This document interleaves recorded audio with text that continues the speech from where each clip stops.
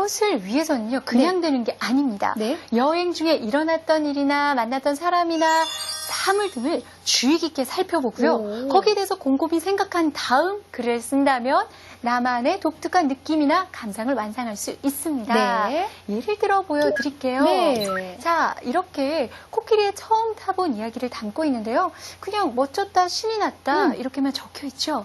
하지만 주의 깊게 꼼꼼히 관찰하고 곰곰이 생각한 결과 이런 글이 나왔습니다.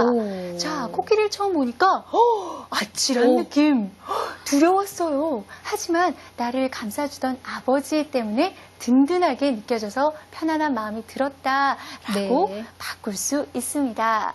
자, 이렇게 해서 자신의 독특한 감상을 담는다면 훨씬 더 개성이 있는 기행문을 쓸 수 있다는 사실도 기억해두면 좋을 것 같습니다. 독특한 감상을 위한 연습 방법, 바로 창의력 점프에 대해 볼 텐데요. 오늘의 창의력 점프는 바로 사물 되어보기입니다. 사진 보면서 설명드릴게요. 자신이 주상절리가 되었다라고 생각을 해보세요. 어떤 일이, 어떤 느낌이, 어떤 감정이 생길까요? 생각해보세요.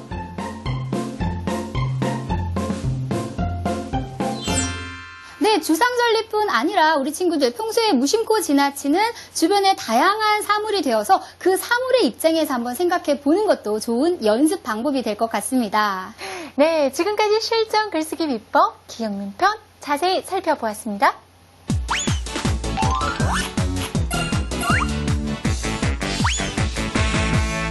글쓰기 비법 가상 뉴스를 전해드리겠습니다. 좋은 기행문을 쓰기 위해서는 기록장을 잘 활용하는 것이 중요합니다. 기록장에는 어떤 내용을 담아야 할까요? 먼저 여행 중 중요한 내용을 담으세요. 이때 시간과 장소의 흐름에 따라 중요한 내용을 기록하는 것이 중요합니다. 또한 여행 중 만났던 사람들이 있다면 그들과의 이야기도 기록장에 담으세요.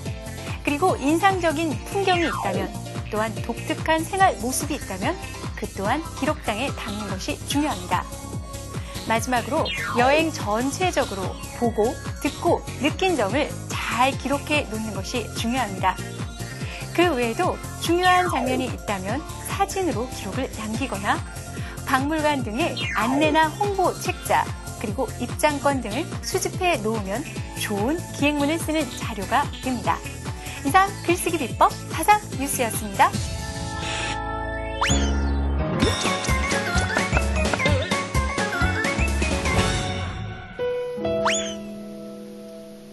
정비석, 산정무한 중에서 몸이 감길 듯이 정겨운 황천강 물줄기를 끼고 돌면 길은 막히는 듯 나타나고 나타나는 듯 막히고 이 산에 흩어진 전설과 저 봉에 얽힌 유래담을 길잡이에게 들어가며 쉬엄쉬엄 걸어 나가는 동안에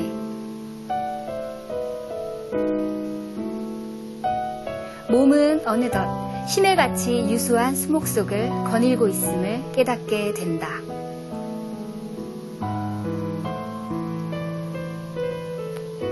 천하의 수목이 이렇게도 지천으로 많던가. 박달나무, 엄나무, 피나무, 자작나무, 고로쇠나무. 나무의 종족은 하늘의 별보다도 많다고 한 어느 시의 구절을 연상하며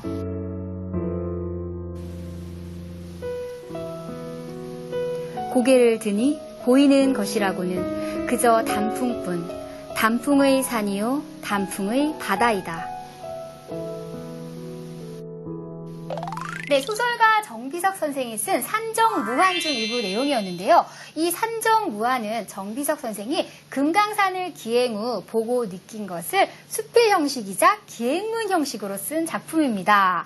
기행문의 격을 한 차원 높였다라는 평가를 받고 있기도 하죠. 왜 그런 평가를 받게 되었을까요? 네. 제가 그 글을 잘 보니까요. 네. 이러한 특징이 있더라고요. 어떤 특징? 기행문에 꼭 들어가야 될 내용이 세 가지가 네. 있는데 바로 여행의 과정인 여정과 네. 보고 들은 견문과 그리고 자신의 느낌과 생각을 잘 담아낸 감사 이 세 가지가 아주 잘 드러나 있고 어우러져 있다라는 느낌을 받았거든요. 아, 그렇군요. 네. 그러고 보니까 그 황천강 물줄기를 끼고 돌면서 금강산의 그 여러 봉들을 만나잖아요. 그 여정을 소개하고 있고요. 또 그 중에 이제 무슨 나무를 본 것, 이 견문이고요. 그렇죠. 마지막에 금강산은 단풍의 바다이다라고 하면서 그 감상을 잘 표현하고 있네요. 맞습니다. 여러분, 좋은 글을 쓰기 위해서는 좋은 글을 많이 읽어야 한다, 이런 이야기가 있는데요. 여러분도 좋은 글 쓰기 위해서는 좋은 글을 많이 읽는 습관 기르시기 바라겠습니다.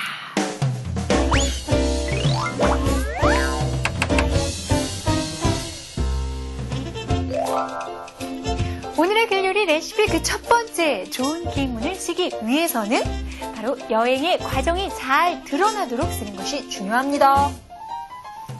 두 번째, 기행문은 보고 들은 견문, 생각과 느낌이 감상이 잘 어우러지도록 쓰는 것이 좋습니다. 세 번째는 무엇일까요? 나만의 독특한 느낌이나 생각을 담아 개성 있는 감상을 쓰는 것, 그리고 이것을 기행문에 담는 것이 중요하다는 것이죠. 자, 오늘의 글요리 레시피 완성!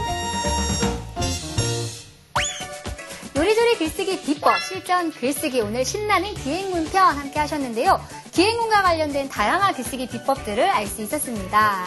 네, 우리 친구들도 여행 한번 갈 때마다 멋진 기행문 한 편씩 남겨보는 것은 어떨까 제안드립니다.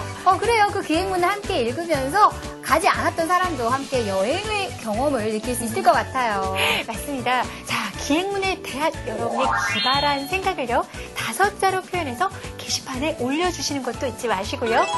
네, 아쉽게도 오늘 요리조리 글쓰기 비법은 여기서 인사하고요. 우린 다음 시간에 더 즐거운 얼굴로 만나요. 요리조리 안녕!